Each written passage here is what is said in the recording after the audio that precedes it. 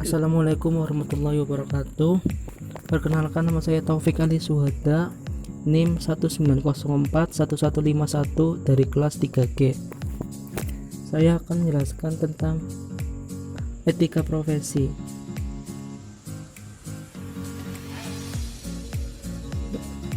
Pertama, apa itu profesionalisme? Profesionalisme adalah suatu sikap yang harus dikembangkan para pekerja saat berada di lingkup perusahaan. Setiap orang bisa memiliki berbagai macam karakter yang berbeda, akan tetapi dalam hal ini tiap sikap dan karakter harus dapat ditempatkan di porsi dan tempat yang sesuai. 2. Ciri-ciri profesionalisme. 1. Berusaha meningkatkan dan memelihara perilaku profesionalnya melalui perwujudan perilaku profesional. Yang kedua, keinginan untuk selalu menampilkan perilaku yang dapat dijadikan sebagai rujukan yang baik. Yang ketiga, perwujudan dilakukan melalui berbagai cara, misalnya dan cara berpenampilan, cara berbicara, penggunaan bahasa, sikap tubuh badan, serta sikap hidupnya sehari-hari. Dan selanjutnya, keempat, keinginan untuk senantiasa mengejar berbagai kesempatan pengembangan profesional yang dapat meningkatkan dan memperbaiki kualitas pengetahuan dan keterampilannya. Berikutnya, contoh etika dan moral dalam kehidupan sehari-hari. 1. Menghormati orang yang lebih tua. Yang kedua, menghargai orang yang lebih muda. 3. Berkata lemah lembut kepada orang tua, memberikan hadiah kepada orang lain. 4. Menjenguk teman yang sedang sakit. 5. Bersedekah dikala lapang dan sempit. 6. Memberi makan orang yang kelaparan. 7. Memberi kepada orang yang membutuhkan. 8. Membuang sampah pada tempatnya. Dan yang terakhir, 9. Berperilaku adil kepada setiap orang.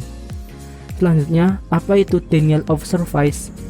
Denial of service attack atau DOS attack adalah jenis serangan terhadap sebuah komputer atau server di dalam jaringan internet dengan cara menghabiskan sumber atau resource yang dimiliki oleh komputer tersebut sampai komputer tersebut tidak dapat menjalankan fungsinya dengan benar, sehingga secara tidak langsung mencegah pengguna lain untuk memperoleh akses layanan dari komputer yang diserang tersebut.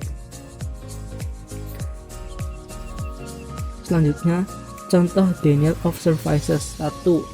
Serangan buffer overflow, mengirimkan data yang melebihi kapasitas sistem, misalnya paket ICMP yang berukuran sangat besar. Yang kedua, serangan SYN, mengirimkan data TCP SYN dengan alamat palsu.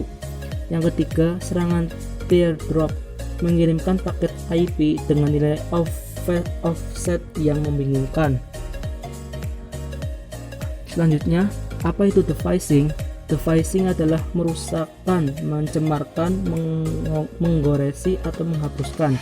Tetapi arti kata device sendiri dalam istilah cybercrime di sini yang sangat lekat adalah sebagai salah satu kegiatan merubah tampilan suatu website, baik halaman utama atau indeks filenya, ataupun halaman lain yang masih terkait dalam suatu URL dengan website tersebut, bisa di folder atau di file.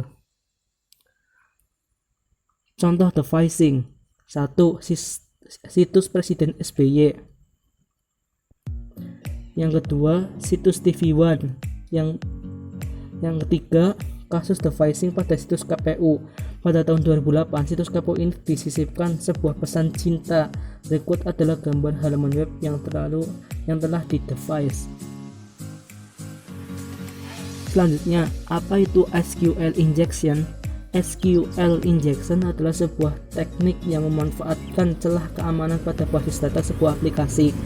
Jadi, ketika user melakukan inklusi, namun oleh sistem tersebut karakter inputan user tidak disaring secara benar, yang mana akan terjadi celah SQL.